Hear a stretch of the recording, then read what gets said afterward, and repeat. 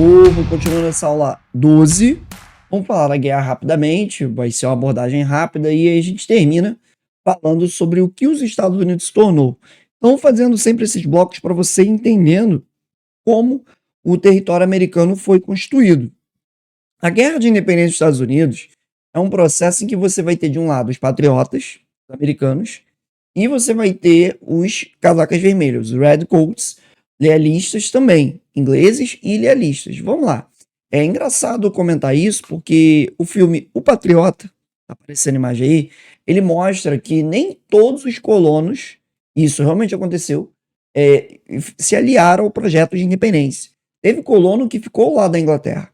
Teve proprietário sulista que, com medo dessas ideias iluministas pudessem revolucionar a sociedade americana, ficaram ao lado da metrópole. Então você vai ter, de um lado, os patriotas, a galera que defende, principalmente do norte e do centro, e você vai ter, claro, indivíduos sulistas que vão aderir à independência desse projeto, mas você vai ter os Redcoats, a metrópole, os ingleses, que vão receber também apoio de grupos sulistas. Então você tem ali uma abordagem onde você tem os patriotas de um lado e os Redcoats do outro.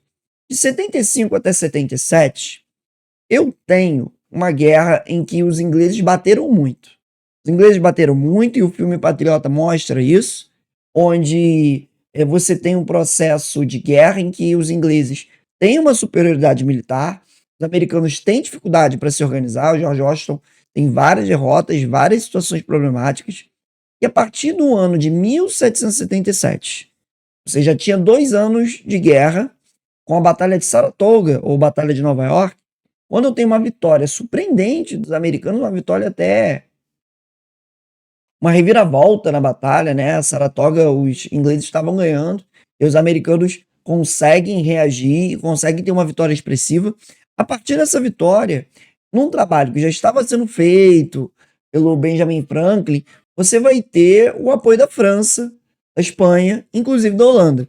Então você, a partir de 77, tem a participação desses países que têm o objetivo de retalhar a Inglaterra, de vencer a Inglaterra, de recuperar as perdas na Guerra dos 7 Anos. Então esses países tiveram perdas com a Inglaterra, perdas econômicas, territoriais, e aí você vai ter uma atuação de franceses, espanhóis e holandeses que vai ter principalmente o papel do general Lafayette. Lafayette, que inclusive participa da Revolução Francesa. É engraçado também que muitos soldados franceses, eles vão lutar na independência dos Estados Unidos, vão voltar para a França e vão, obviamente, voltar com aquela ideia de uma luta pela república, de ideais de liberté, égalité, fraternité. Então você vai ver ali uma galera que vai ser influenciada por essas ideias, é óbvio. Então, assim, o papel do Benjamin Franklin vai ser significativo para poder atuar e convencer os franceses a enviar tropas para a guerra de independência dos Estados Unidos. Você vai ter uma participação de franceses, espanhóis e holandeses que vão ajudar nisso aí. Os franceses queriam, de novo, recuperar esses territórios, recuperar perdas territoriais. Havia-se até a vontade de recuperar o Canadá, o que não vai acontecer.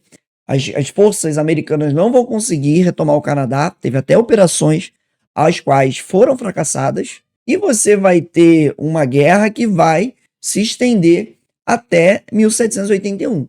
E aí também, antes que eu esqueça, os holandeses queriam recuperar o comércio com os americanos, vendendo melaço, fazendo a comercialização dos seus produtos. Então você vai ter esse tipo de cenário.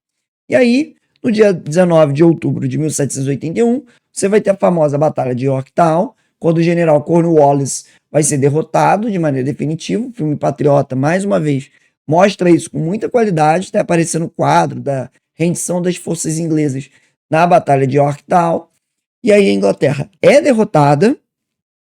E 2 anos depois eu tenho a assinatura do Tratado de Paris, lá no território francês, como local de mediação para o reconhecimento da independência dos Estados Unidos. E aí, pessoal, eu queria comentar 2 coisas. Primeiro, que a ajuda francesa à independência dos Estados Unidos vai ser relembrada quando os franceses enviarem a Estátua da Liberdade. Então você tem a Estátua da Liberdade como 100 anos da independência dos Estados Unidos, um presente francês, é uma troca interessante, né? A Estátua da Liberdade é um presente, é uma estátua que foi fabricada na França e transportada para lá. É bem legal, bem maneiro. Segunda coisa é que quando eu tenho a assinatura do Tratado de Paris, eu vou ter uma pintura do Tratado de Paris, ao qual os ingleses não vão autorizar a representação deles. E aí você tem esse quadro pela metade, né? Bem interessante, onde você vê ali a vergonha britânica da independência dos Estados Unidos. Então, é interessante perceber esse quadro que está ali pela metade. Você vai ter um Tratado de Paris que, além de reconhecer a independência, a Inglaterra vai conceder à França o Senegal, parte das Antilhas, a Flórida, a Espanha. Então você vai ter uma série de territórios que a Inglaterra vai ter que ceder, como resultado dessa derrota na Guerra de Independência. Então vale a pena a gente pensar que a Guerra de Independência ela não deu só benesses e frutos para os Estados Unidos, mas também trouxe para os seus aliados. Afinal, você, de certa forma, se vinga da derrota da Guerra dos Sete Anos. Beleza? Tranquilo? Quando eu voltar, a gente vai falar aí da formação dos Estados Unidos, como o que os Estados Unidos se tornou pós-independência, num pontapé inicial. Não vou analisar os territórios que os Estados Unidos tomou no século XIX, vai ter uma aula para isso, mas a gente já começa a visualizar o que os americanos têm. Inclusive, teve há pouco tempo uma questão de provas militares que se pautou nisso. Beleza? Tranquilo? É isso. Aquele abraço.